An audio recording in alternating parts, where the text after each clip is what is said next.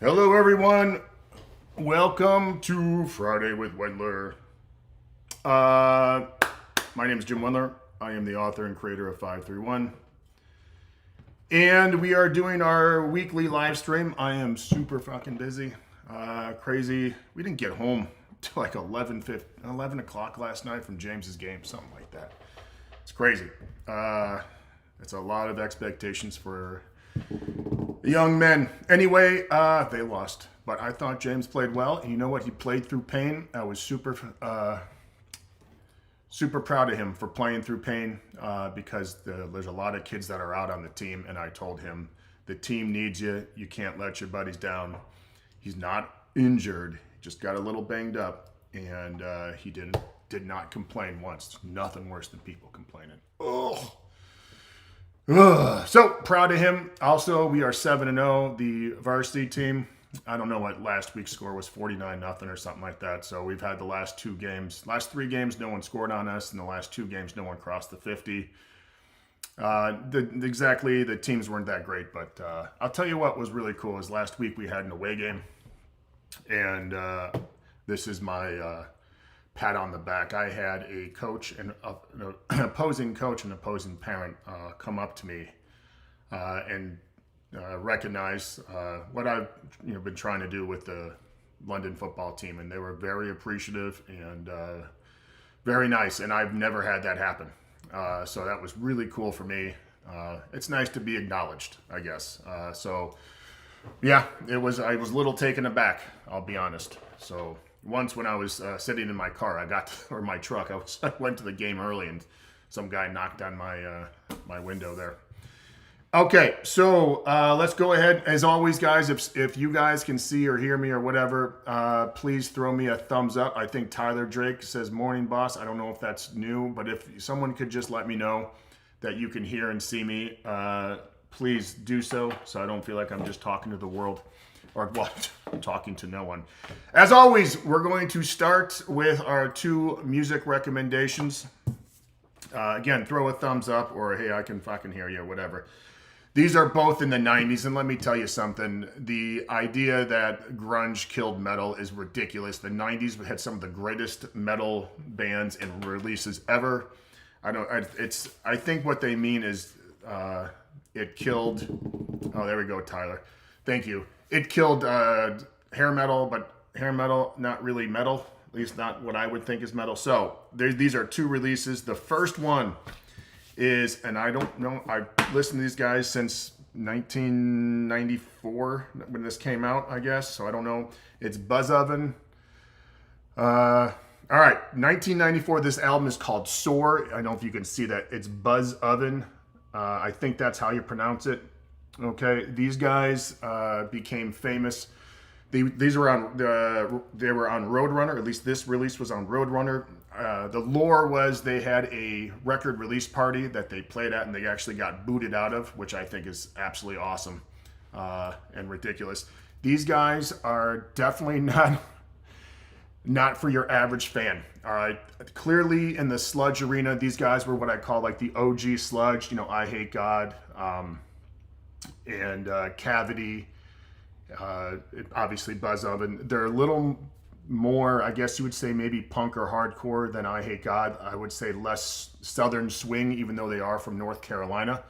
But absolutely just, it's you'll need a shower after you listen to these guys. Now, the crazy thing is this whole band, the lead singer and guitarist is pretty much Buzz Oven, at least from what I would gather. And he's had a lot of issues with alcohol and drugs and stuff like that. Big surprise.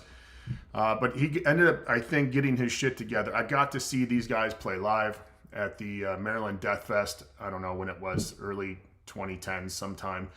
And absolutely awesome. I thought they did a great job. He sounded awesome. The guitar tone is very unique to Buzz Oven, which I absolutely love. So it's cool to hear a band.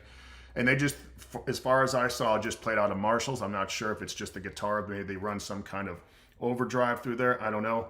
And they got that show. They actually played with Dixie Dave from Weed Eater. He was on bass, and I know he was in the band for a short time. as a permanent member. But anyway, the band is Buzz Oven. The album is Soar, 1994. I think it's absolutely essential for any hardcore underground metal band. Now, this next release, I first heard about these guys. I was over at a girlfriend's house in high school, and her parents had a subscription to Rolling Stone magazine. I was just flipping through there, and they had some record reviews, and I saw this, and I was like, oh my God, I have to get this. So this must have been 90, when was this released? It must have been 93, so it was probably towards my senior year. All right, so the lore is these guys were Mexican drug dealers or drug lords, whatever. And we found out that none of the pictures were actually of the band members. They're just like 5 or 6 random dudes standing there with like machetes and machine guns and stuff like that. But it was fun. It was cool. Obviously, we know it wasn't them, but it was fun. Little get up there. The band is Brujeria, and the album is Matando Güeros, which, if you're me, doesn't sound like a good thing. That Mills, killed a white person. And it had a pretty controversial cover. That was the original cover. I think this is how they usually show it now.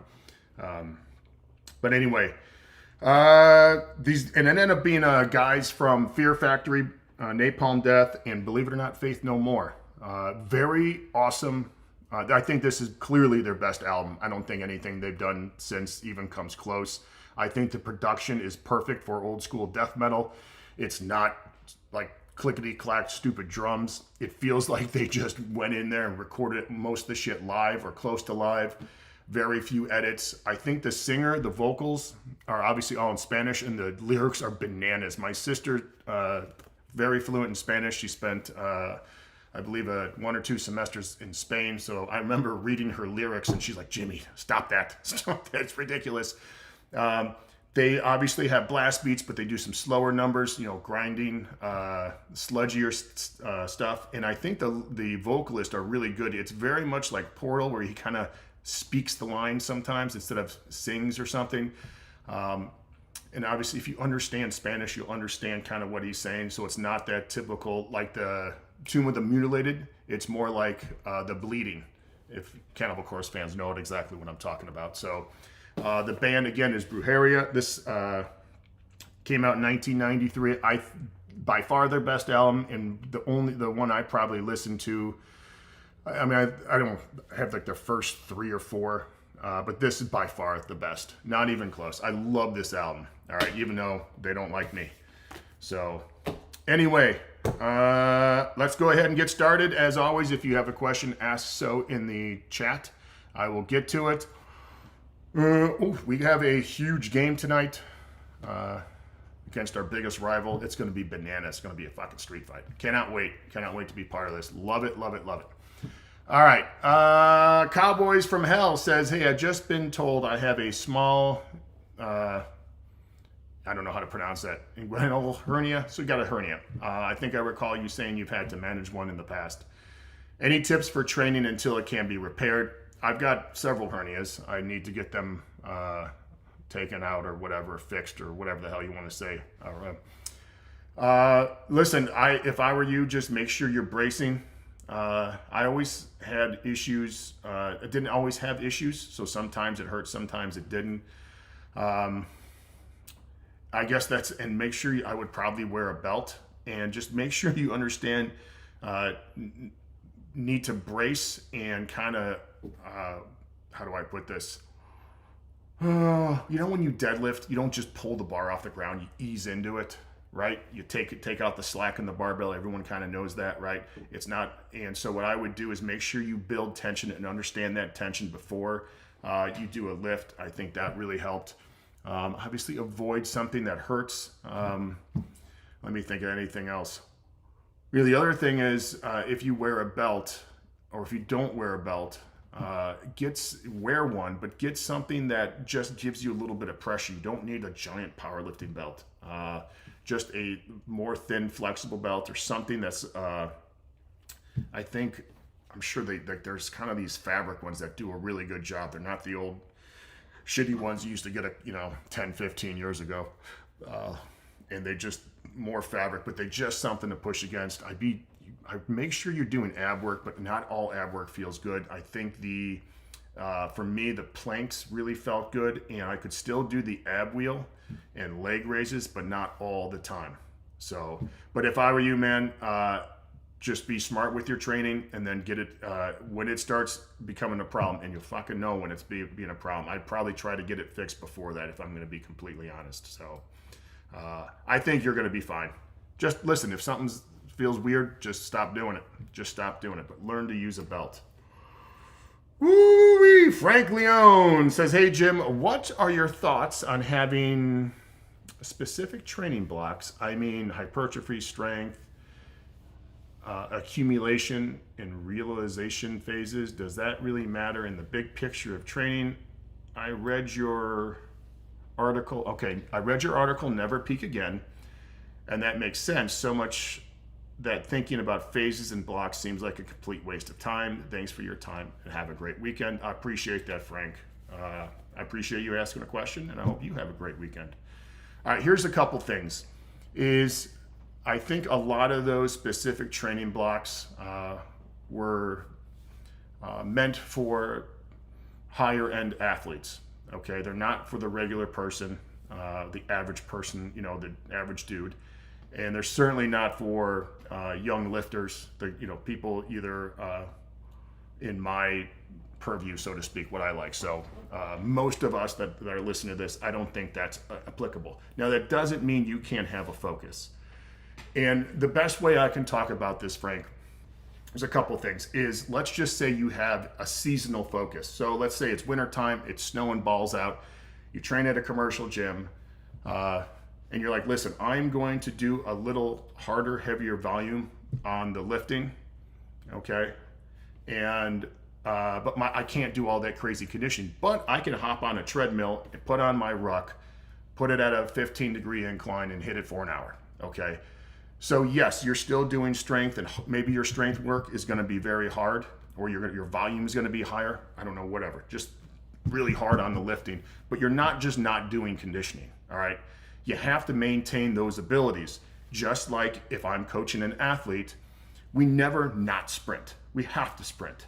All right, we can't introduce that at the last 8 weeks and expect the kids not to lose that ability. Young athletes, for example, I always hear that we have a hypertrophy block. Dude, our kids need 6 years of hypertrophy work for anything to make any kind of dent. All right. So while we might have a focus, like, listen, as we get closer to the season, we're going to do a little more of this, but we're never going to take out the strength work. We're never going to take out the hypertrophy work, because it is super important. So we may emphasize ability at a certain point, Frank, but we're never going to eliminate an ability. And that is essentially, people, what conjugate or concurrent training is, the raising of multiple abilities at the same time. Now, again, just like when we prep for a meet, this might go up, this might go down, but this is never, ever eliminated. I'll just say hypertrophy, or the repetition method, all right? So just understand that. Now, so I guess, what are my thoughts? Listen, if you want to do that, and maybe it gives you a little more focus in your training, but don't negate an ability that you're trying to build when you're trying to emphasize something else. I think that is a horrible idea. And I'll be honest, I think that needs to be brought in, that idea should be for all athletes. All right, so hockey, soccer, whatever, like, listen, you have to be able to maintain the skill and the abilities to do some of those skills. You can't just eliminate it because you're going through a hypertrophy block. That's retarded. That's stupid. And I think that's kind of doing a disservice to your athletes and doing a disservice to yourself. And the other thing is, I guess the other way is, when I'm working with an athlete, if they have a good day, but because it's a conditioning phase, we're not going to work up and let them hit a PR. That's ridiculous. If they have a good day, we're going to go ahead and let it rip. Let's see what we can do. And I 100%, that's how I train people personally, is we always have a plan. But man, if they're having a good day and they can hit something heavier, for a certain rep, man, we are doing it. I don't care if we had something planned. We're going to take advantage of the days that are good, and the days that they're not good, we're just going to have a great day and do what was planned. So I hope that helps. I've seen way too much. I know I'm talking too much about this. I apologize. When I was in college, and I don't know if it's still, I assume it kind of goes on like this. They had like a testing week. And the problem is these kids would train their asses off, you know, all these months after months. And what if they had a bad day when they did like a bench test or whatever test? So I think like trying to peak for something is kind of ridiculous, because then it's going to negate and kind of fuck with their psyche a little bit. So if they're having a good day, and this is just like strength lifting wise, man, we're going to exploit that day and let them have as many good days as they can, and not just try to focus on one day. They're not power lifters. There's no need for that crap. All right. So there you go. I hope that helps, Frank. Chris says, hey, Jim, you've mentioned a formula for height to weight for average Joes to be awesome. I'd love to hear what your formula is if you don't mind sharing. Thanks for the awesome live streams. I don't know what it is off the top of my head. I had it written down. I put it up on the forum, Chris, but I don't know it off the top of my head. So yeah, it has to do with just, again, there's like zero science to this, I guess you would say. So I'm sure the internet would, if they caught on to this, they would lose their fucking minds. But what I did was I just sat down for, this is like 6 to probably a year. And I just started thinking, like, what are the height and weight of some of the guys, not freaks, and so not the 5'10", 295 running back who's shredded, or not, you know, who's like the average dudes who I thought were really like fairly strong.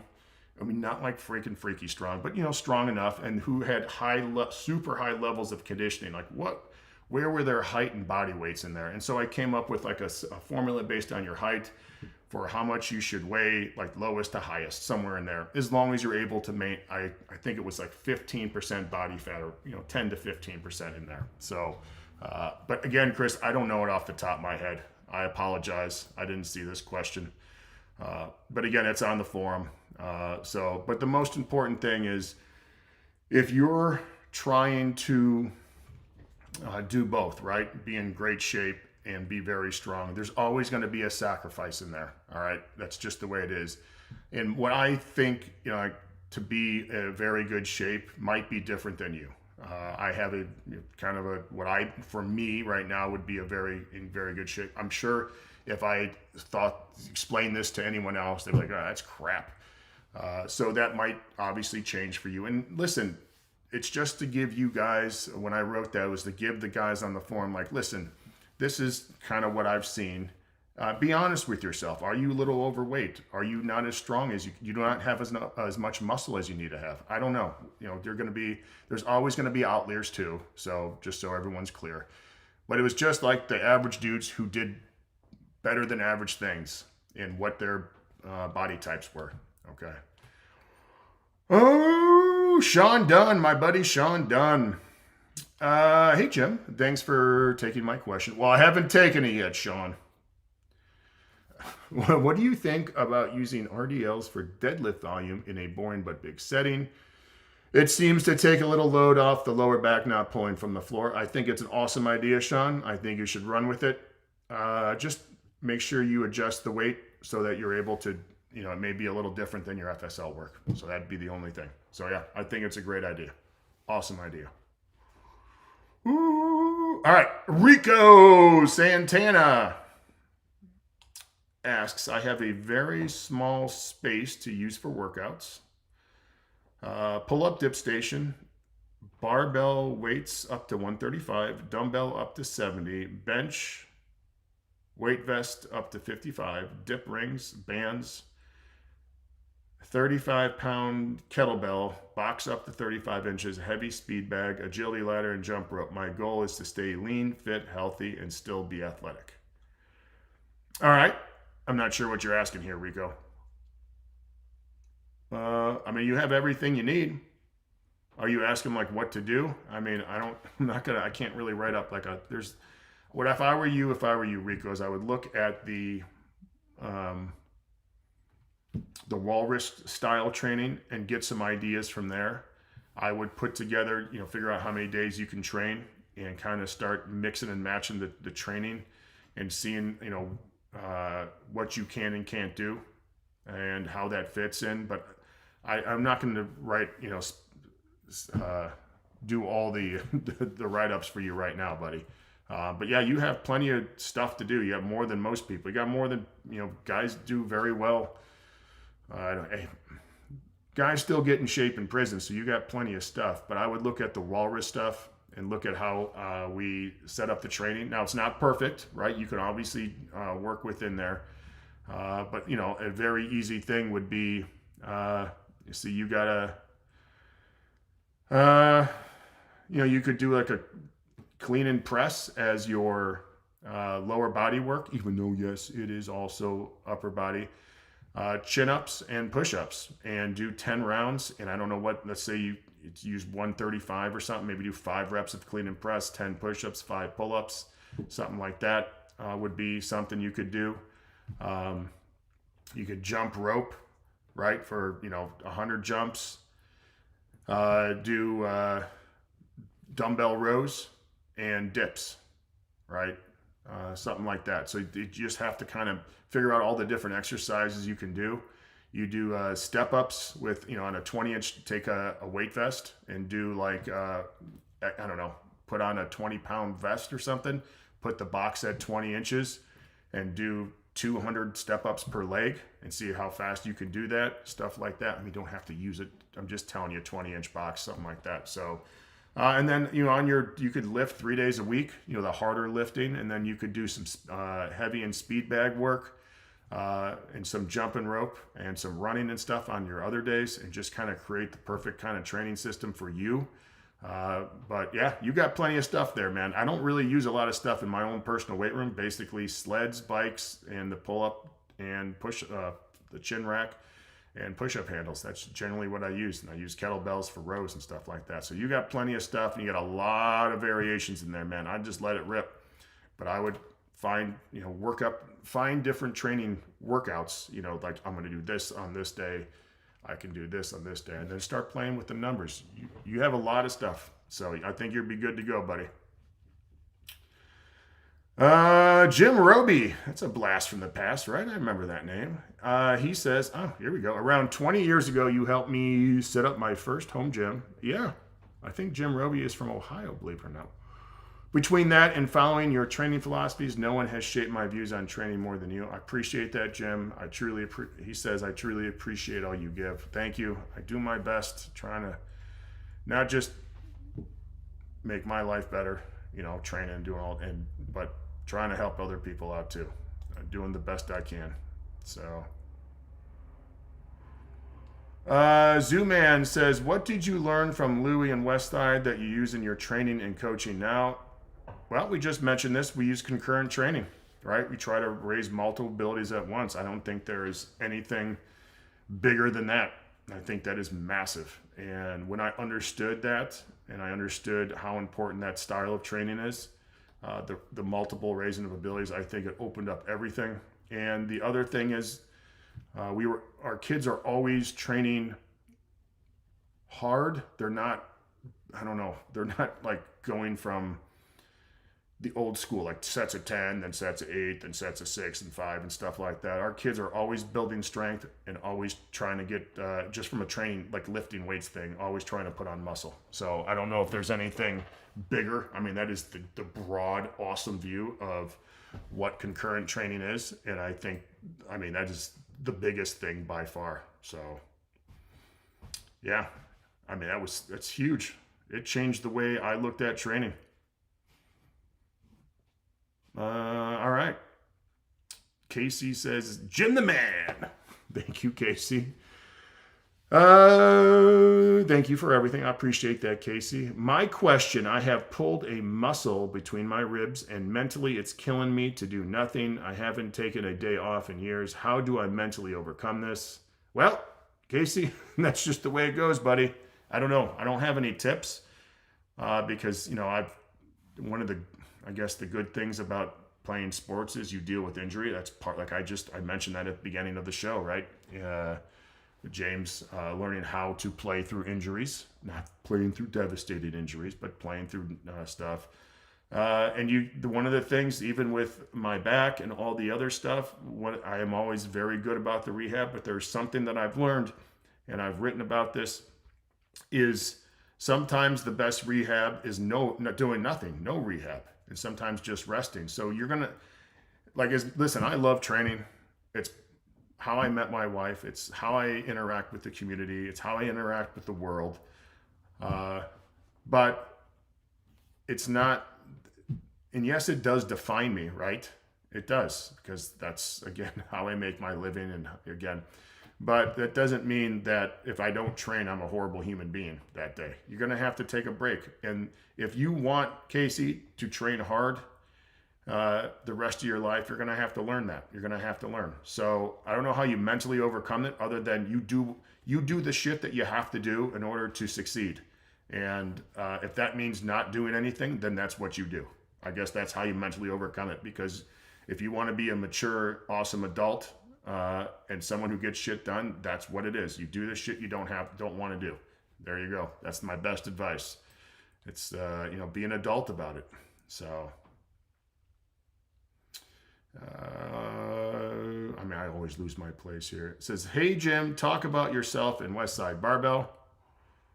You're gonna have to ask me a little more specific question. I'm not exactly sure what you want me to talk about. So yeah, ask away. I have no problems talking about Westside Barbell and my experiences there, but you're gonna have to ask me something more specific. That's just a very general question. Same guy. Again, I don't know your name. I apologize. Do you listen to Five Finger Death Punch? No. Listen, nothing wrong with Five Finger Death Punch, but really not my thing.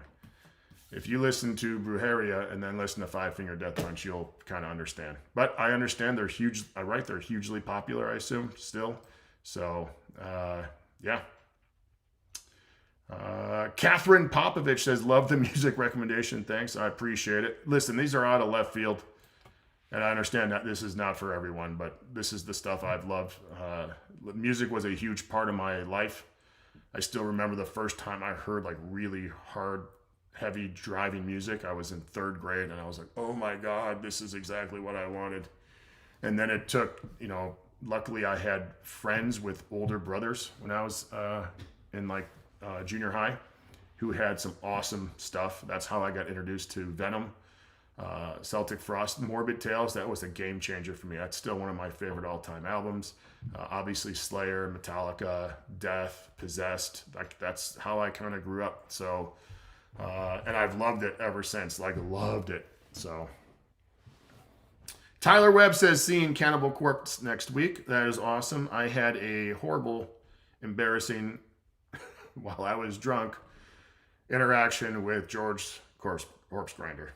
And, but anyway, I don't even, my buddy's like, "Dude, you gotta fucking calm down." I think he's a super nice guy. I think he does a good job. Me personally, I am a huge fan of Chris Barnes, and I think I like that era. I think The Bleeding is unbelievable. It's one of my favorite all-time death metal albums. And I mentioned The Bleeding today, right? Stripped, Raped, and Strangled, one of the greatest songs. I think it's awesome. I mean, and you can obviously say, everyone talks about Tomb of the Mutilated, and oh my God, what's that song? Dun dun dun dun dun dun dun dun dun dun dun dun. Oh, I can't even remember it. Hammer Smash Face. There we go, from Ace Ventura. But I think The Bleeding, absolutely untouchable album. All right.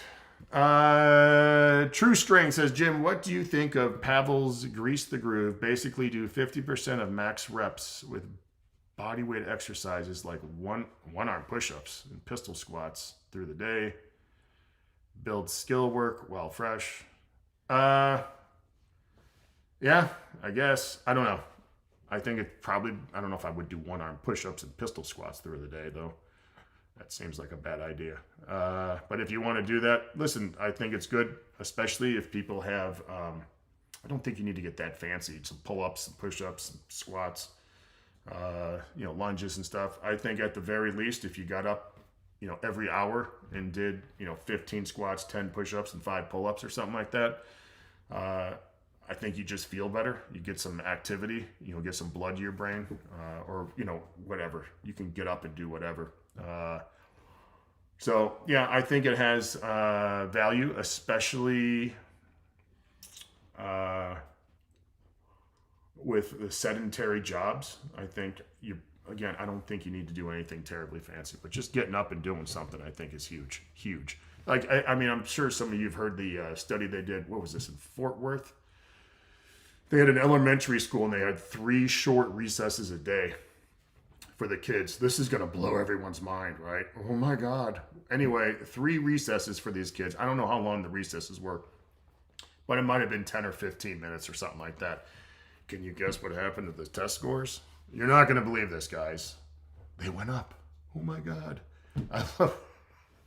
Really? Oh my God. Anyway, so I think there's truth. You know, again, I don't know if this is exactly what he's saying. So, anyway, there you go. Get your kids outside and doing shit. Participate in some kind of activity that's physical. Get them off their stupid phones. We still haven't bought James a phone yet. All right, Daniel Johansson, my favorite Swede, and he's got fucking amulets. That means Daniel is the most metal dude on this. He's way more metal than I am. He says, opinion about rolling the bar before your deadlift. I assume that means rolling it out and bring it back in. Man, if it helps you time the lift, I used to do that. I think it's awesome. I don't think it's gonna, you know, make or break you. But if that's how you deadlift and that's how you feel comfortable, man, go ahead and do it. Honestly, Daniel, this is gonna probably as I've gotten older and I've seen so many people do so many different things, a lot of this stuff is, if you want to do it, go ahead. I don't think it's going to let you deadlift 800 pounds, so to speak.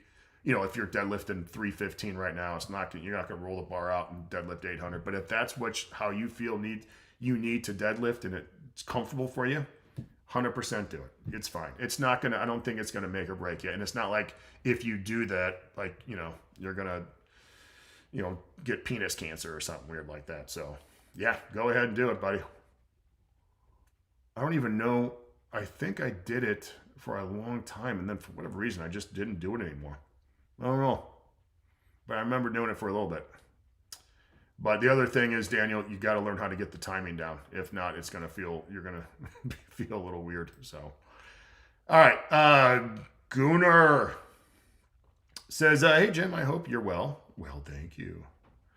A 3-inch belt is superior to a 4-inch belt. A lot more comfortable and helps you get in a better position for deadlift. Yep, there you go. I like I think when I was powerlifting, like they used to get like, what was like the 12 or 13 millimeter belt? Those things were so ridiculous stiff. It was ridiculous. I ended up getting, God, who used to make those great belts? Oh my God, I can't remember who used to do it, but they were awesome belts. I used to have I think I still have a whole bunch of them I bought. But the 10 millimeter, the powerlifting belt, I thought was unbelievable. And then I also got like a really thin, almost like an Olympic lifter leather belt that was real flimsy, and I love that thing too. I see way too many people wearing way too stiff a belt for what they're doing. Let's just put it that way. At least that's what I believe. So, True Strength says, hey, I have some metabolic issues and have to follow keto. Okay, so I need to ease into lifting. In the past, I was able to do starting strength and get up to 405. Nowadays, I need to start super light due to metabolic issues and slowly build back up. Would it be good to do starting strength with 2 sets of 5, starting with 50% max and slowly progressive overload? Then once I'm up to my maxes, switch to 5 through 1. Yeah, listen, True Strength, if that's the plan you want to follow and you feel like it's going to be, that's fine. The most important thing is you're doing something, you're starting a little light, you're kind of progressing slow. So however you do that, True Strength is fine with me. That's not kind of how I start people, but how I start people is not, I don't put it on like paper, like you got to do this. I work with you personally and say, oh my God, you know what?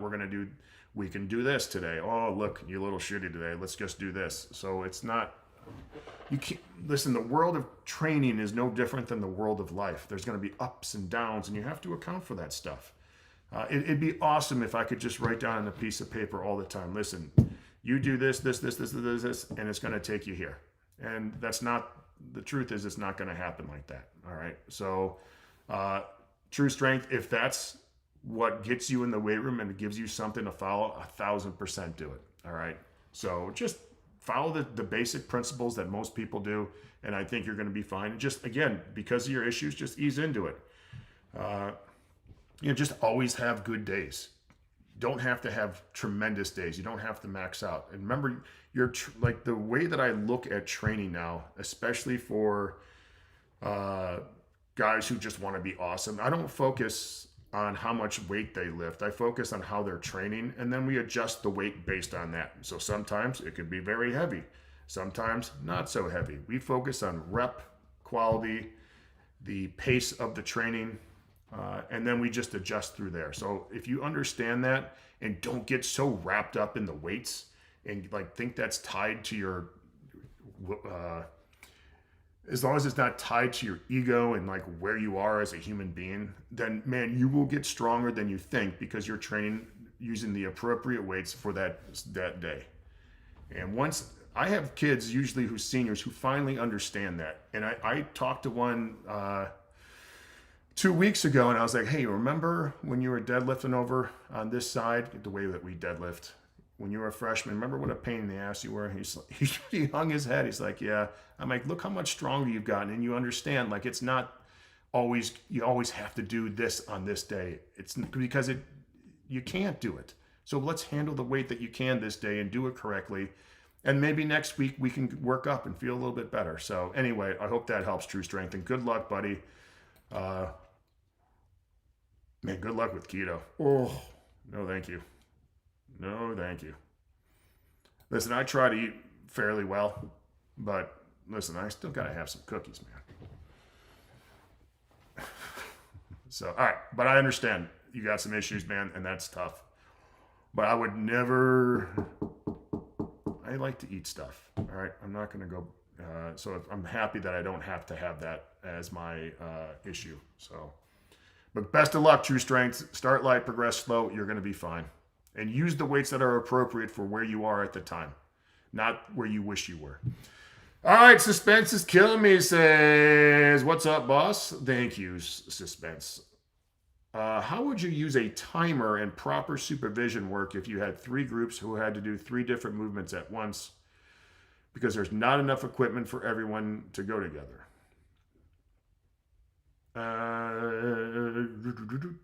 Had a timer and proper supervision work. I'm not exactly sure. So you have maybe one guy squatting, one guy benching, one guy like trap bar deadlifting or something like that. 3 groups you had to do. So you have 3 groups. Let's say there's equal amounts of guys in each group. So you would just do a set, whatever works in your thing. So we have a timer and we just say everyone's got to do their set. So let's say it's me, you, and John. First set up, go. Everyone's got 3 reps. 1, 2, 3. And then you go 1, 2, 3. And then John goes 1, 2, 3. And then you switch the weights for the next set. You wait until I say go. If I was a coach, I would stand back and monitor everything, obviously. Or you can have one guy go at each time. So this guy goes, this guy goes, this guy goes. And then the second second guy in each group go. I've done that before, so you can watch each and every set. But the kids have to be really good at bar math and have to be quick with the weight changes. And that's just the way it goes. And that's plenty of time. If you got 3 groups, again, squat, bench, deadlift, let's say, by the time this guy's done squatting, the second guy who's in this group should have the weight loaded and be ready by the time these other kids finish their sets. So that's just something, again, it's going to be growing pains. So what I would do is, be very patient and just explain what they're doing. Go through it slowly. It's not going to be perfect the first, second, third, fourth, fifth time. It takes time. But once you get that down, I am telling you, Suspense, everything starts working itself out. You just have to go through the growing pains. So we've done this for years. And so what happens is when we have the younger kids come up, we have them put in with the older kids so that the older kids can kind of teach them, and then the younger kids aren't slowing us down. And then the younger kids learn because they're forced to in that situation. But the hardest thing, Suspense, is getting the first group of kids to go through that stuff. And so you just have to be patient. But personally, if you really want to do this right, you got three groups, three different things: squat, bench, deadlift. Let's say the first guy goes, the second guy goes, the third guy goes. Next one up, and the kids got to be ready. But just be patient. So that's probably what I would do.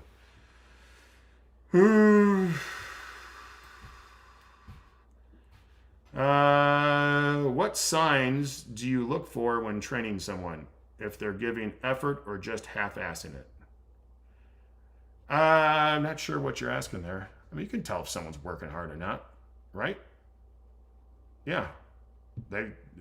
Listen, if they're doing like assistance work and they're 1, 2, 3, 4, 5, and they put the dumbbells down, I'll call them out on it. I told you guys to get at least 15 to 20. I had to do this the other day. So yeah, you can tell. I'm not exactly sure if that's what you're asking. So you can tell when someone's working hard, right? When they're running, if they're just running like this, or if they're, trying to run. Yeah, just if they're giving effort. So I guess my signs are look for is if they're giving effort, then I know they're giving effort. I'm not exactly sure what you're asking though, Brandon. That's pretty easy to tell. All right. If it looks like if they're doing curls and they got an extra 5 reps in them and they just put the bar down, that's not giving effort. So yeah, that's all I do.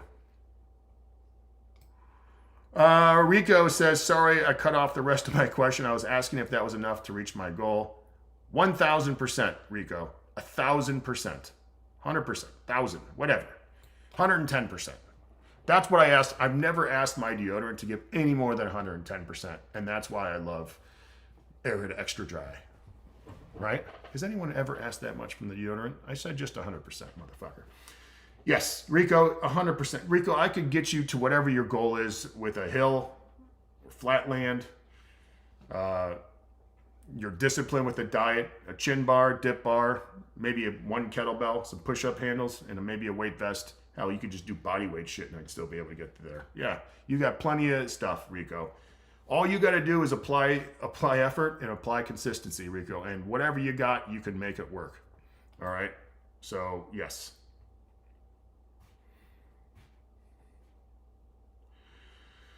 ASDF says, Jim Wendler, am I wasting my time doing weighted push-ups, single leg deadlift, Bulgarian split squat? I am doing these exercises as a substitute because of no access to a gym.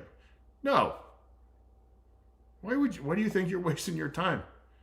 You're doing push-ups. I don't know what single leg deadlift is. That like is that with a barbell? I don't know. I don't know what these things are half the time.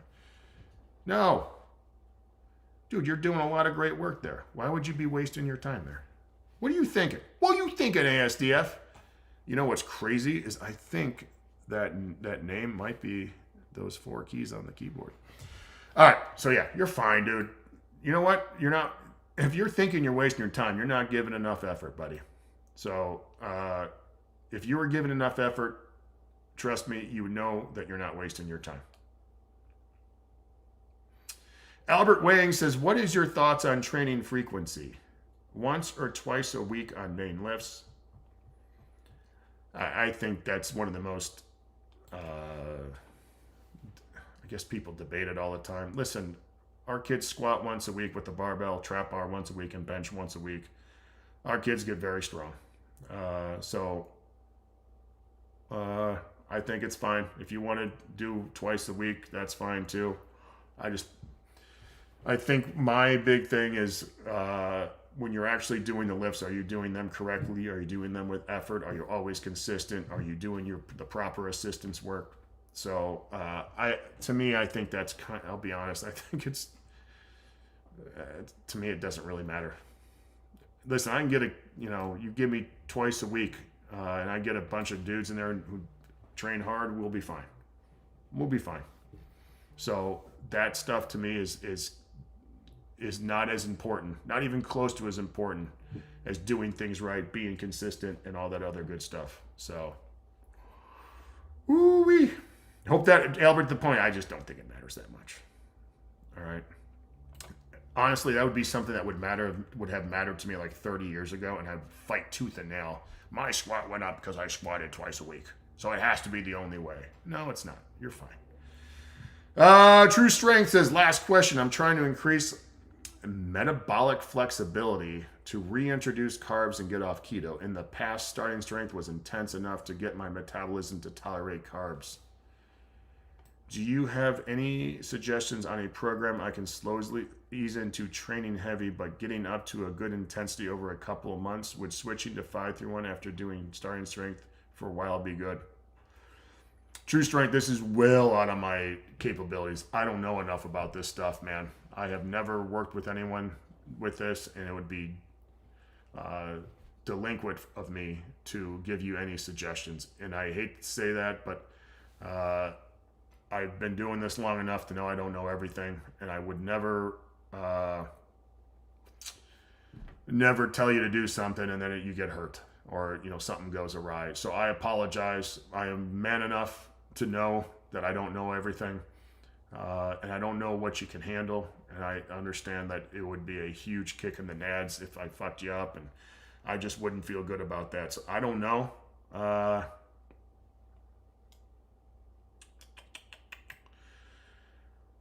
The other thing, True Strength, I don't know, when you say getting up to good intensity, I don't know if you're just mean intensity as in terms of percentage, but listen, like we do very light lifting with the people I work with and at the high school, when we still get very strong. We're not training like super heavy, usually very often at all.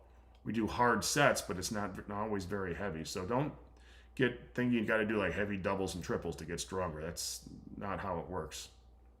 So, but yeah, I don't know the answer to that question. I apologize. I kind of took a dump on that. I apologize, True Strength, but I just don't know.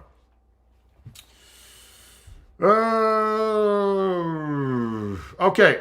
Ryan Whitley says, what do you think about the idea of building a base of strength for a time before focusing on other goals, meaning get strong and big before focusing on conditioning? Thanks and appreciate your time. I think that's a waste of time. I think you can do all three. Again, this seems to be the ongoing theme of this live stream, is the idea of concurrent or conjugate training, right? The raising of multiple abilities. And I think it's very easy to get stronger, to build muscle, and to be in, to put in some kind of conditioning. I think it would be really stupid to try to, spend 4 years or something, get as big and massive, if you wanted to get in great shape too, let's say, all right? So you're not just like a power lifter or bodybuilder, just to say, well, I'm just going to do this and ignore my conditioning. You can do all three things and still, because I know, because we've done it. Athletes have done it for years, especially young athletes have done this for years. You just have to be smart about, the volume, and you have to be consistent. Everyone wants to put on muscle mass in 6 weeks, or, lose X amount of pounds in, a month. It takes time. So I think that's a horrible idea, really bad. And I think it's myopic. At best, it's myopic. At worst, it's just a shitty way to train. So that's what I believe. Tyler Drake says this question is Vincent's fault. What is strength speed and what is speed strength? No one knows. It's like racketeering. No one knows what the fuck racketeering is. Brandon Fink says you could talk about the Wendler warm-up. Yeah, probably not one of my brightest moments, and it's on YouTube for everyone to see. Heavyweight, man, I appreciate you. Thank you. You don't have to do that. I don't do this live stream for the money, but thank you, buddy. I appreciate you. I really do. I know, thank you. It means more than you know. So, and when we trust, you tell us there's cheese on the moon, we bring crap. Have you guys ever seen Will Ferrell do, oh my God, Harry Carey?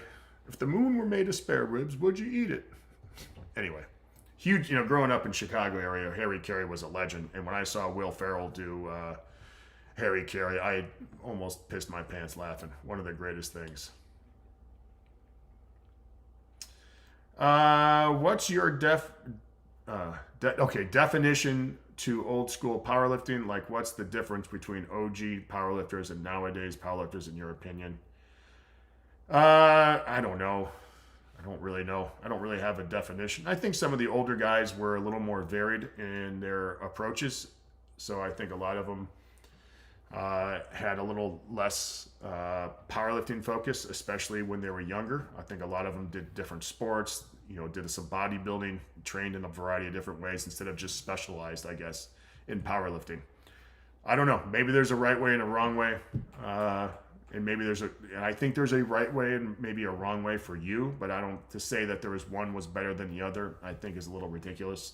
But I think that would be like like everyone knows George Friend, right? I hope to God everyone knows George Friend. That's a power lifter. That's like a perfect example. So, yeah. Dennis Stefanak says, if is top set back off good method? I don't know what top set back off method. Good. I don't know what that means, Dennis. So let me know, and I will help you out as much as I can. Hello, coach. I want to add hill sprints to 2 days a week to my routine. I'm lifting Monday, Wednesday, Friday. I want to add it and not negatively impact my lower body lifts. What would you suggest? I would suggest you stop thinking that it's not going to negatively impact your lower body lifts. It's going to. That's just the way it goes. Let your body adapt. Unless you have a high level of GPP and you have been running and doing all this other stuff similar to that, then maybe it won't negatively impact your lifting. But that's just the way it goes. And it took me, when I reintroduced hill sprints, it took me 4 to 6 weeks, but I was not in very good shape at that time. So it really kicked my bench's ass. I was just smoked. But I knew it, and you accept it, and you still train through it, and you be a big boy, and you get in really good shape, and you let your body adapt, and then you end up coming out stronger, better, and more awesome. So I guess as African, my question to you is, do you want to be awesome? If so, you take it on the fucking chin like a man. You get through the stuff. You adjust your training based on that, and then you live to fight. Another day more awesome in 4 to 6 to 8 weeks. You're gonna be a better, stronger human being for that. If you want to do hill sprints, and I think hill sprints to me is one of the greatest things a human can do. If they can do it, I think they should. I think the strength and conditioning and the mental strength you get from doing real, true hill sprints, I think are unparalleled. All right, Nick says, hey, Jim, I've been doing 5 through 1, 4 days a week, 1 main lift a day, then some walrus circuit afterwards. All right, bench kills, but press is okay. Should 4th day be another press day or straight walrus day? Bench kills. I assume you mean the bench hurts you. I'd probably do another press day. So have kind of a heavier press day on one day, and maybe the other day do a higher volume where you just, I don't know what you do on those your first press day, but maybe some higher volume work on on your other press day. So you have a heavier day, lighter, more volume day, and then just knock it out of the park with the walrus stuff. That's what personally I would do. Mr. Pink. I just lost myself there. Okay, he says his thoughts on smelling salts. I absolutely love them. I think they're so much fun. I don't think they do anything. But man, there's nothing better than hitting especially if you can get one of your buddies to take a big whiff without them knowing. So it's fine. I don't know. I'm sure there's probably a 50-minute video on the bad things and good things. Man, I don't think they make or break, but I think it's fun to be part of it. I think it's part of the culture. At least it used to be, and we had a blast using them. So, but I didn't really care. So, yeah. Man, I feel really bad because a lot of this stuff, I'm telling you, and I don't want to sound like old man Winter. A lot of this stuff, I don't know if it really matters, you know. And if it's good for you right now and you want to have it, good. If not, I don't think it's going to matter. All right, True Strength says, thank you for your help, Jim. I appreciate your humility. I apologize, buddy. And Rico says, thank you, boss man, for your help. Rico, just fucking train your ass off, buddy. Just train your ass off. You're going to be fine. 100% fine. Make sure you're eating well. You're doing good stuff. And you're going to be fine. Listen, a lot of people have gotten... Some of the strongest dudes I've ever seen had squat stands and a platform and a barbell. And somehow they made that work. So you don't need a ton of fancy equipment, guys. Mike Veris. Oh, boy. Says, good morning, boss. I appreciate that, Mike. Apologies if you answered this before. Nope. But what do you think the best template would be for first responders? Thanks again. So just so we're clear, Mike, there's so much variety in when you say first responders, because I've seen some first responders and they don't all look the same. Mike, I hope you understand what I'm saying there, right? And I don't know what their training history is. There's a big difference between a 21-year-old guy and a 50-year-old guy. There's a big difference between a 50-year-old guy who's been training his ass off and being smart and a 50-year-old guy who hasn't done anything. Big difference between a 21-year-old kid who barely passed the academies and a 20-year-old fucking unit, who was a state champ wrestler and played football and ran track. So my phone's ringing off the hook. So just understand that, Mike. Okay? So I don't know what the best template is. If I had to give something to you, I would lift 3 days a week. Monday would be bench day, and I would do full body assistance. Main lift is bench, full body assistance. So something for the legs, some kind of pulling exercise, some kind of upper body pressing. Wednesday would either be trap bar or some kind of box squat. Why? Because you're not going to be sore doing those. Generally, trap bar a little bit sore, but you're not going to have a sore back. And your legs aren't going to be terribly sore. Why is that important? Because you got to go up and do a lot of shit, and you've got to be fresh. So Wednesday, we got box squat. I would probably put everyone on no lower than parallel, probably 1 or 2 inches higher, or the trap bar. And then we, again, do full body assistance, right? We would do upper body push, upper body pull, and we would do something probably for our abs or low back. On Friday, our main lift would be chin-ups. And we would do either body weight chin-ups for, I'm just making this up, 100 reps, or maybe I'd put a 20-pound vest in. It's like you got to do 75 pull-ups in as short amount of time as possible. After that, we would do some kind of upper body press and some kind of lower body movement, preferably like a single leg movement or something like that. And that's what I would do. That's what I would 100% recommend. So I'm probably missing something in there. No, on the pull-up day, upper body push, some kind of single leg movement. I'd probably do some curls or something like that. So that's what I would recommend. I think that will keep you fresh. I think you can train a longevity that way. And I think Tuesday, Thursday, Saturday, I would probably do one of those days as some kind of sled work. Why? Great for your lower body. Why? Doesn't make you sore.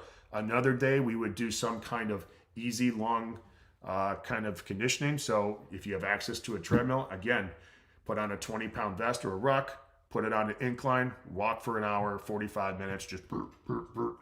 And then maybe on Saturday, you can do treadmill sprints, airdyne sprints, something like that. 10 sprints total. Doesn't have to take much time, 10 minutes. And I think you'd be good to go. That's the easiest and smartest thing I would do. And people are like, it's not enough. Fuck you, it's not enough. I got a kid, one of the biggest badasses I've ever trained. That's how we train. Is unbelievable with the amount of work that we get done. Monday, Wednesday, Friday, our training only takes usually no more than 30 minutes. And we're doing awesome stuff on the off days. We get super strong. And the progress and strength that he makes on that style of training is unbelievable. So that's what I would recommend. HB says, hey, Jim, hope you're having a great day. I've recently ordered a deadlift suit for the first time. Any advice for dealing with the pressure? Oh, so for those that haven't used a deadlift suit, a really good proper deadlift suit, like they think the old marathons and the metal deadlift suits, They're made for, at least I think, at least I don't know if this is exactly what he has, but when it's for a conventional puller, right? You put up the straps, and as soon as you kind of bend down to the bar, it feels like your nuts are getting crushed. And anything in there, your twig and your berries are just getting crushed. And I think that's the secret of the deadlift suit. It's not that it makes you lift more weight, it just makes you want to take off the straps as quickly as possible.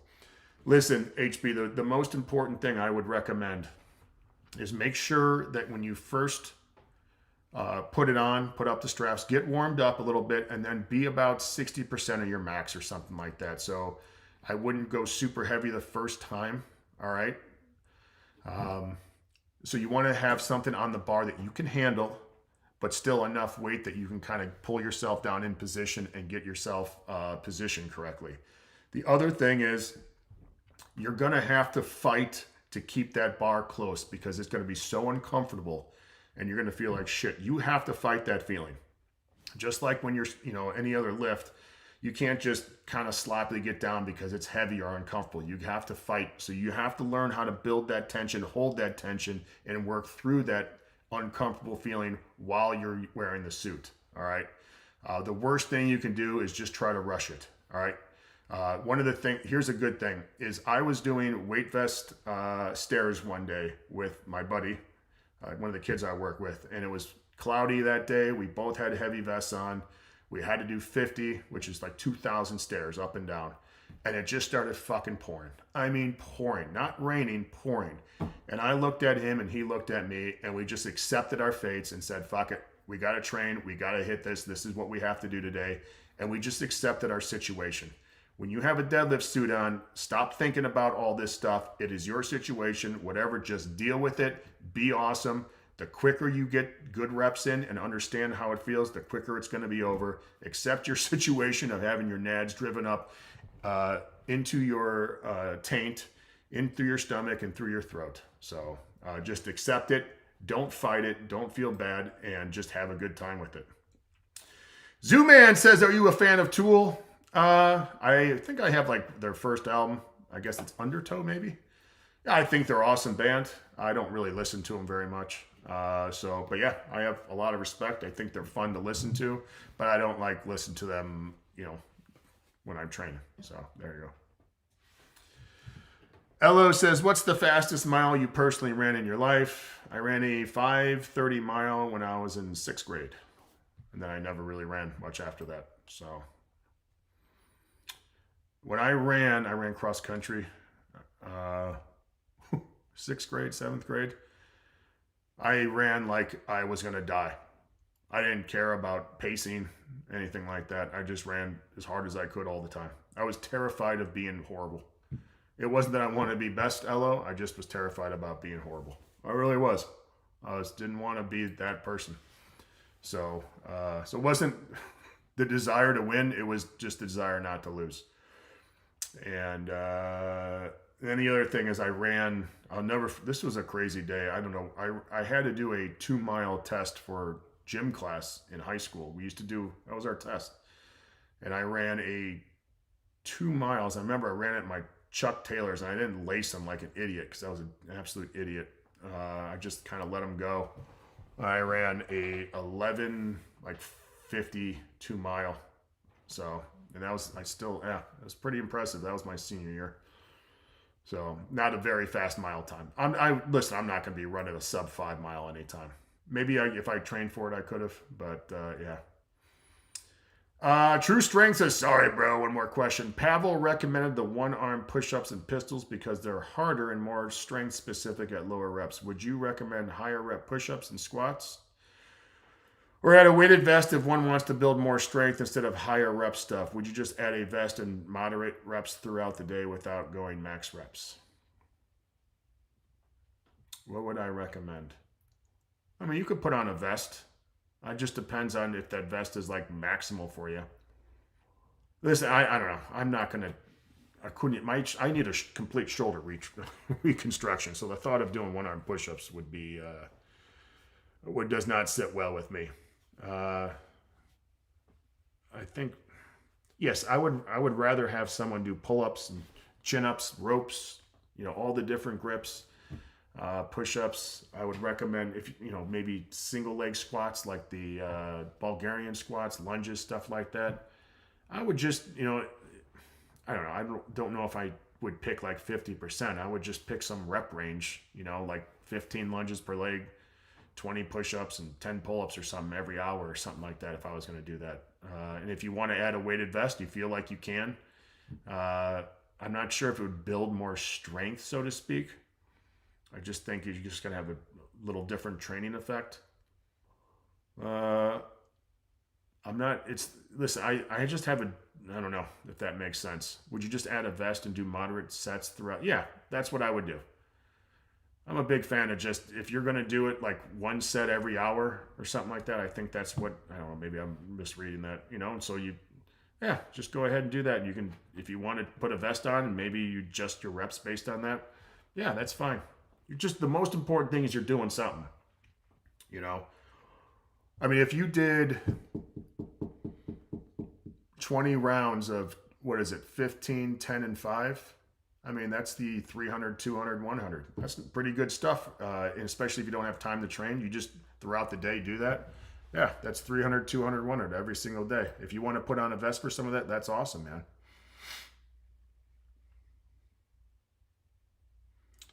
What do you think about the practice of prejudice against bodybuilders? I don't know why, but I do it often.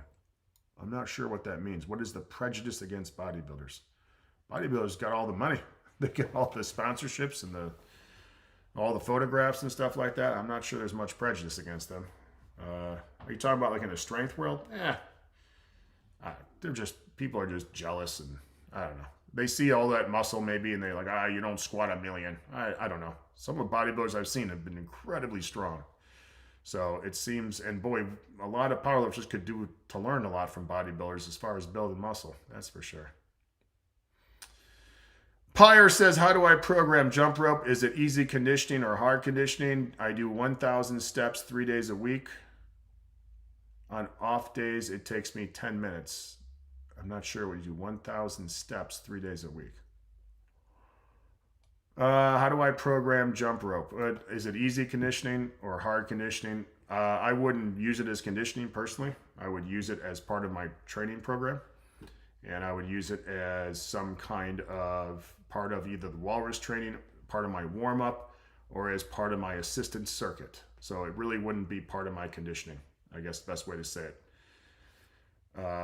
And I guess if you're going to use it for conditioning, which I generally wouldn't recommend because I've just seen way too many shin sprints, whether it's easy or hard depends on what its effect is on your body. Does it affect your training? You have to adjust for it. If so, then yes, it's hard conditioning. If not, then it's easy, right? And obviously, let's say you did 5,000 jumps or 10,000 jumps, that would probably be hard for most people. But if you did, 3 sets of 100, it'd probably be easy. So it depends on that stuff. But I probably wouldn't use it as conditioning. Again, I would use it as my warm-up. I would use it as part of my walrus training, or I would use it as part of my assistance circuit after the main lift. That's what I would probably recommend. Should I increase skips or increase sessions per week, or keep everything as it is without affecting my recovery? Thanks for the live streams. So this is the question. This is overarching here. Do I increase skips or increase sessions per week, or keep everything? Listen, if you want to get better at jumping rope, right, you can do both, right? You can have some days you do more. You can do more frequent days. You don't have to just choose one. Personally, like I said, I've seen way too many people get shin splints. I think jumping rope is awesome. I think maybe they need to ease into it or jump on a different kind of surface, like some kind of lightly padded surface. Not lightly, but but again, I would not use it as conditioning. I would use it as part of the 3 things I said, and that's just been my experience. We got to get moving here. Carlos D says, in season cross country, oh boy, I gotta get moving here. All right, in season cross country runners with mix of sport high school athletes. What? In season cross country runners with, how would you alter their workouts? Currently 4 days split upper lower with core and accessories. School days required to show up 4 day. I train, if they're in season, I would train twice a week, right? So 1 day bench, 1 day trap bar, full body assistance. And then the other 2 days, right? Because you have 4 days, I would do some kind of mobility work. I would do some kind of jumping, easy kind of stuff like that. And any other little agility work or just basic GPP kind of stuff. So that's what I would recommend. I would not lift them 4 days a week. No way. Again, lift twice a week. Other days, mobility, movement, and jumping. Super easy to do. That's what I would massively recommend. Heavyweight says, if I was going to do hill sprints on a treadmill, how far would the sprint be? You wouldn't go how far. I would go seconds. Okay, heavyweight. So what you would do is you would put it at, I don't know, I'm just going to say 10 degree. Okay. I don't know this off the, let's just say it's at 6%, 6 miles an hour. Not very fast at all. And this is the key, right? You let that thing go. You have your feet on the sides. You're holding on, and then you go. You look at the timer. It gets to 30 seconds, and you go whoop, whoop, whoop, and you just run for 10 seconds. Right? Gets to 40 seconds on the timer. You come off of it. Was it easy? Was it hard? Super easy. Boop, boop, boop, boop. Go up to 7. Wait for a minute 30 to come around. Right? So we'll go every minute. Jump on. Boop, boop, boop, boop, boop, boop, boop. Right? Another 10 seconds, hop off. Super easy. Let's bump it up to 8. So you just keep on going up until you know about the grade and the speed that you need to be at. And it's going to take a couple days. It's going to take a couple workouts to figure out where you need to be, and like where your threshold is or where your easy part is, right? Like your training max, so to speak. And then you always start there, and it's like, hey man, this sucks. Like I'm not having a great time. Then we're just going to stay here. Maybe I need to take some extra rest. Or maybe you're feeling really good, right? Maybe you can increase the grade a little bit, or maybe you increase the speed, and then go from there. But I generally recommend maybe start with 10-second sprints. That's the easiest way. I've done that a million times, and go from there. All right. But just start low heavyweight. I mean, like basically jogging. And that's fine. You don't need to start, at like Usain Bolt speed, right? Like you need to be like put in a harness so you're just barely so you don't get thrown off the treadmill. So, and then the other thing, heavyweight, is listen, do not jump on that treadmill just because like a minute rolled around or whatever. If you're not ready to do the sprint, don't do it. Just make sure you're smart about that. I can't emphasize that enough. And again, as far as the Airdyne, how many seconds would a sprint be on this if he was training someone who wanted to increase their endurance significantly? I would start, listen, the Airdyne kicks your ass too. Again, I would start 10 seconds and see how that goes. And I would do that until you're able to get through 10 by 10. So 10 seconds. And I would try to get, again, I don't know, maybe 89, 90 in that RPM. Every Airdyne is going to be different. So you have to understand that as long as you're able to get, 10 high-end sprints. And then if you want to go up to, 15 for 5 and then finish the next 10 for 10 seconds, then I would do that. But you got to let your body adapt, heavyweight, because I'm telling you, if you're not ready for that stuff, if you haven't trained sprints in a long time, it sucks. I don't care how good a shape or how many pounds you put on your ruck and you could walk forever. If you're not ready to give 100% effort, through that 10 seconds, it is an ass kicker. Yeah, I've seen it happen so many times. I had some kids who were in insane like football shape. At least I thought they were. They did. And all of a sudden we put them on there and it's like, oh my God. Like I'm talking falling over, puking, like can't move their legs. So, and these kids were in phenomenal shape. So that's what I would probably recommend. In the past, you spoke about zone 2, but I say I have until March to be ready for a deployment. I finally healed from the plantar. Okay. I would just start with that. Just start with that. And then I would also, if you can, get some kind of hard prowler work or sled work in. And then one kind of easy day. And I think you're going to be fine. So I don't think you need to do like 30-second sprints. That's ridiculous. 10 seconds, 15 seconds at the most. At the most. Rico says, any plans coming up? Yeah, I got a big game tonight.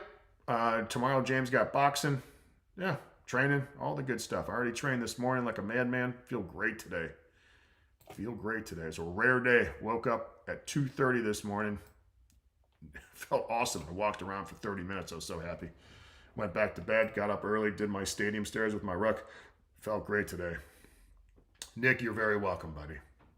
Goldman says, hello, Jim. If you had an athlete which work in a white-collar company and the lifting is pretty much the only active he does, how would you train him to become stronger? Huh?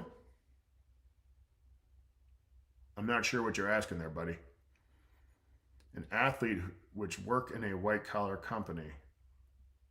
I don't know what you're asking there. The only activity he does... I would train him 3 days a week, lift 3 days a week, and those other 3 days or 4 days he's got to do something.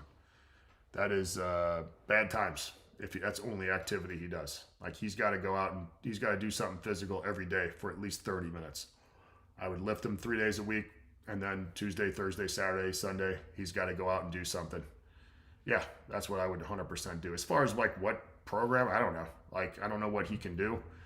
And I don't know his experience and stuff like that, but basic any 3 day a week program is going to work, but he's got to do something 3 days, 4 days, or 7 days a week. So,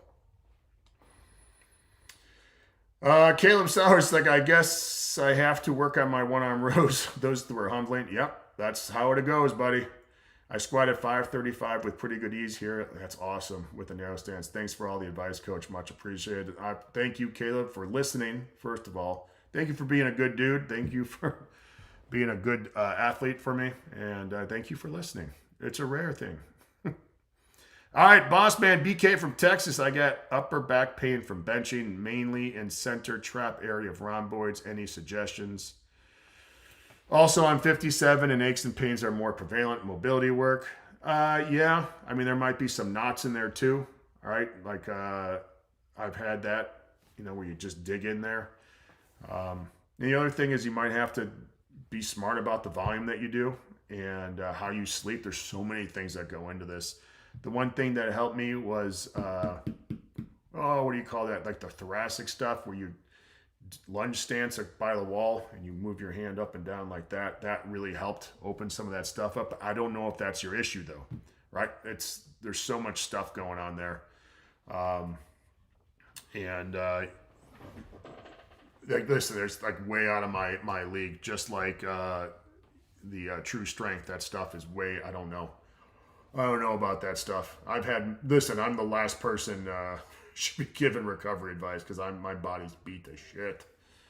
Again, I got the MRI and I went to the surgeon and it's like, dude, there's nothing you can do for your shoulder. It's horrible. So the fact that I can still do, I suffer through push-ups. I'm pretty happy with that. D Hart says the bleeding. I gotta get moving here. The bleeding is brutal. Yep, start to finish. You're right. Your opinion on Mike Israetel's PhD and this whole controversy between Solomon Nelson and these science guys? I never heard that. I don't know. Dude, I don't know what's going on there. I haven't looked at any social media other than answering my own personal questions in like 3 weeks. I'm done with it. I'm just tired of it. So I don't know what any of that stuff means. Don't care. Listen, I don't want to sound like a dick, but if it doesn't help me, my family, my sons or the kids at the school, just don't care. I am focused on making myself better. Listen, I don't need any of that stress. Don't care. It's not part of my life. Doesn't mean it's not important to other people, especially to Mike and whoever Solomon Nelson is. But listen, I'm just done with that bullshit. I'm a fucking man. Like, just don't give a shit.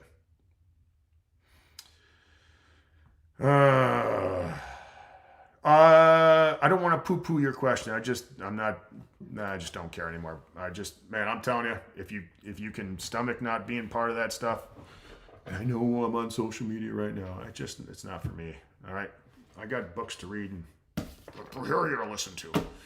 Heavyweight says, hey, I know I'm not the only one that's dealt with a plantar problem in the foot. Anyone else I want to suggest? Listen to this. When you go to bed, if you got a plantar problem, go to bed, sleep with arch support. That's the only thing that worked. There you go. It worked instantly, and I no longer have to wear support or use it. The tissue has to stay stretched out to heal. There you go.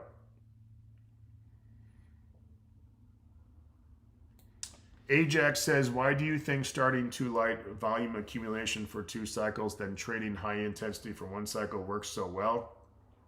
Oh, it just seems like that's like the magic. It's so that's, you could probably even do 6 weeks and then 3 weeks, if we're going to be honest. I don't think you can really maintain a lot of that stuff for a long period of time. I think that's why. And it's kind of reset. That's been my experience. And I got obviously, like, you have your own shit going on, right? Like, I see the kids, usually about 6 weeks of the higher stuff that we can really focus on. And then we have to kind of back down and come back up. But I remember reading an article on, oh my God, who's my favorite fighter of all time? Dan Henderson, as he got older, he's like, man, give me 6 weeks, I'll be in great shape, and that's about what my body can handle. So I think there might be some truth to that overall. Caleb says, also, from a competitive standpoint, where would you advise the feet to be on the bench? I try to visualize my feet behind me with my heels almost on the ground, tight to the bench, just trying to use the lower body. Yep. So what I did is I tucked my feet back a little bit so I was on my toes. And then I drove my heels hard into the ground, Caleb. So that would cause me to like kind of open up. But the key is you got to kind of get your feet back. It's going to be uncomfortable when you drive as hard as you can on the ground, your feet. And it's going to feel like shit for a little bit, but you'll get used to it. And then the other thing I did, I squeezed the shit out of the bench with my legs. And I think that helped quite a bit. But the other thing you have to understand, Caleb, everyone's going to have like the little things that they need to work on and like feels more comfortable. That to me, like, it drove Louis nuts that I did that, because he always wanted everyone flat. And I'm like, dude, I don't feel comfortable doing that. I don't care. I'm just going to do God forbid I didn't listen to everything he said. It just felt more comfortable for me, and it always did. So.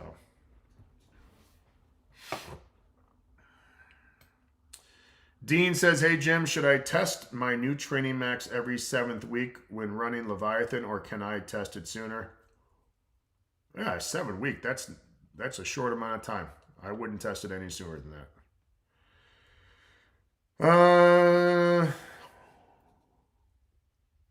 Yeah, that's fine, dude. Every 7th week is fine. 6 weeks of training. What did we just say, brother?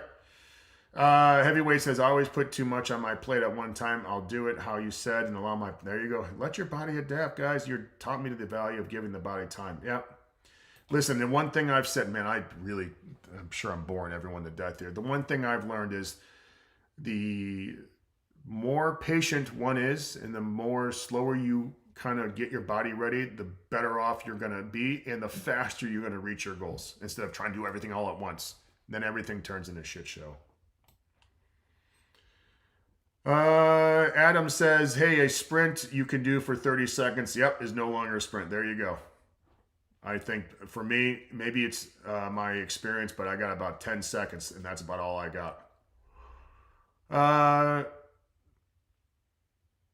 Here we go. Jim, if you don't mind me saying, you most likely know this already, but I had a clavicle issues, my AC joint that affected my shoulder in the past. A chiropractor told me the joint temporarily stays in place, so every day I warm up.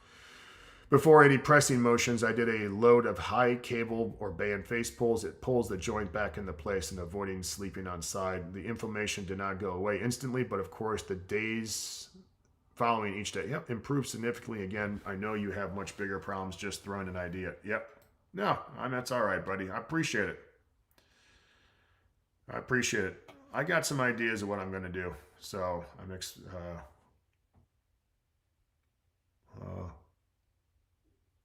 yeah. Thank you, Heavyweight. Man, you've been an awesome brother. I wouldn't know you facing the crowd, but you've been super nice to me, so I appreciate it. Oh my God. All right, I got to get Otto Von Schoon. He's my boy. All right, last thing. Thanks. This is about the PhD thing. Thanks. That's exactly the answer I expected. Honestly, I didn't know about it as well, but some guys in my gym were very passionate about it. Apparently, Mike's PhD. So I don't know. I'm not going to say anything. Like, I don't know. The most important thing, whether anyone's PhD is this or their credentials, is are they given information that you think is valuable? That's the most important thing. Whether they're, got 70 books and 700 titles, or they're, your gardener or something. If they're giving you quality information, to me, that's worth everything. So I don't. That stuff's petty to me. Listen, like. I've said this before. I'm 50 years old. I got tons of fucking awesome life in me left. But man, at best, I got maybe 25 years left. I'm not going to waste it, waste about that shit. I got stuff I want to do, and stuff I want to help people do. And to me, that's just wasted time. And I'm telling you right now, you're better off reading. You're better off going outside. You're better off watching a TV show than being on social media. So. Dean, thank you so much, buddy. I appreciate that. Every time I see Dean and V, I think of Dimebag's guitars. Oh, that was crazy. I still remember when he passed away. Oh, my God, that was nuts. In fucking Columbus, of all places. Oh, the guy that killed the attacker had, like, horrible PTSD. Oh, my God, it's horrible. Probably the least social media... The cop that was off duty at that time who came in, if you look at that story, he has the least politically correct name of all time. So I don't want to, whatever.